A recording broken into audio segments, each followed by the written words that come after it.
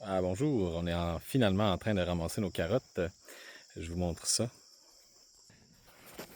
Comment qu'on fait ça? C'est nos semis de carottes qui est dans une place plutôt sableuse. On n'a pas mis d'irrigation, donc ils ont été retardés un petit peu au cours de la saison. Donc on commence par... je vais commencer par vous montrer les carottes. Les carottes ressemblent à ça. J'ai quelques variétés. On voit des fois la différence, hein? Un peu plus grand, un peu plus vert. Je pense que j'ai 3 ou 4 variétés. Ah, ce qui est remarquable aussi, je peux vous montrer, regardez ça.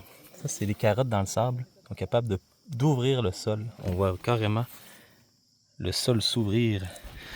Fait la première variété, c'est des carottes qui étaient supposément hâtives, mais qui ont été retardées. Donc, tiens, je vais changer d'angle comme ça. Fait qu'on passe une petite sous-soleuse pour ameublir le sol. Il ne reste qu'à...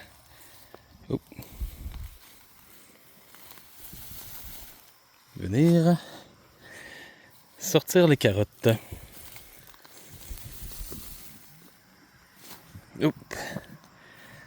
Ah, ici, elles sont plus petites un peu.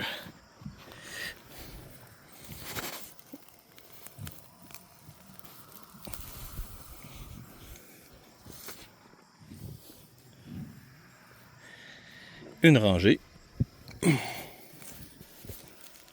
Je filme peut-être pas au bon endroit, là, mais c'est tellement agréable de cultiver des carottes dans un sable.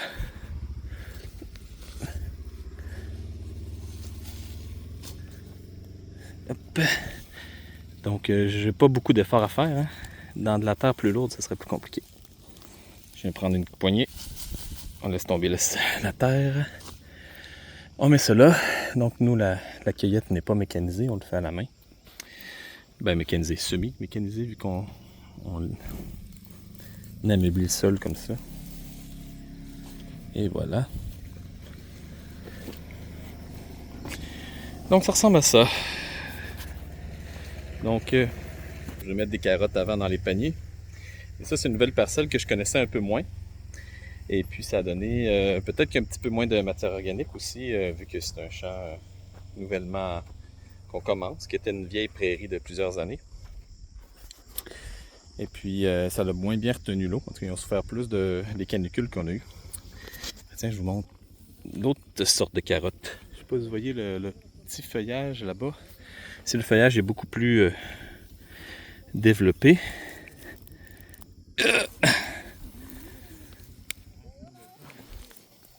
Quand même plutôt joli. Ah, et un ver de terre juste là. Hey! Mange pas mes carottes! Tiens, on va aller voir une autre variété, pourquoi pas. Probablement qu'ici, c'en est une autre variété.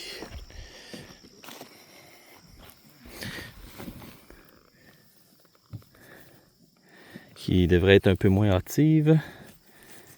Il devrait être plus grosse un peu. Des fois, c'est dur, hein? Le mieux, c'est d'en prendre un paquet. Ouais. Et là, il faudrait que je les lave un peu pour y goûter. Mais je pourrais vous confirmer que la première variété ne goûte pas la même chose que la deuxième, ni la troisième, ni la quatrième. La plus hâtive va être quand même... comment dire ça? Ben, ça dépend tout le temps des variétés, là, mais est comme plus juteuse, moins fibreuse. Elle craquante, finalement, on croque dedans avec elle cassante, finalement, je peux dire comme ça. La deuxième me semble plus parfumée. La troisième, il faut que j'y regoute. Là. La quatrième, Bolero, c'est celle qu'on fait plus pour la conservation. Elle se bonifie même un peu à se faire conserver. Fait que, en tout cas, des fois, on pense une carotte, là, mais absolument pas. Il y en a des différentes sortes. Ça, c'est des nantaises. On va en avoir plus pour la transformation, là, qui viennent vraiment plus grosses. Il y en a qui ça va être plus très longues, comme les carottes qu'on est habitué de voir des fois en épicerie, les très longues. Poussent très bien dans les terres noires, où est-ce que c'est très facile pour eux d'ouvrir le sol, comme je vous ai montré. Donc, là, je vais arrêter de parler de carottes. Donc, je vais vous montrer une dernière fois, petite parcelle de carottes. Il y a un autre hectare plus loin de carottes. Il y en a en masse pour les paniers et même plus pour de la vente. Voilà, donc bonne carotte dans vos paniers. Et puis bonne semaine. Salut!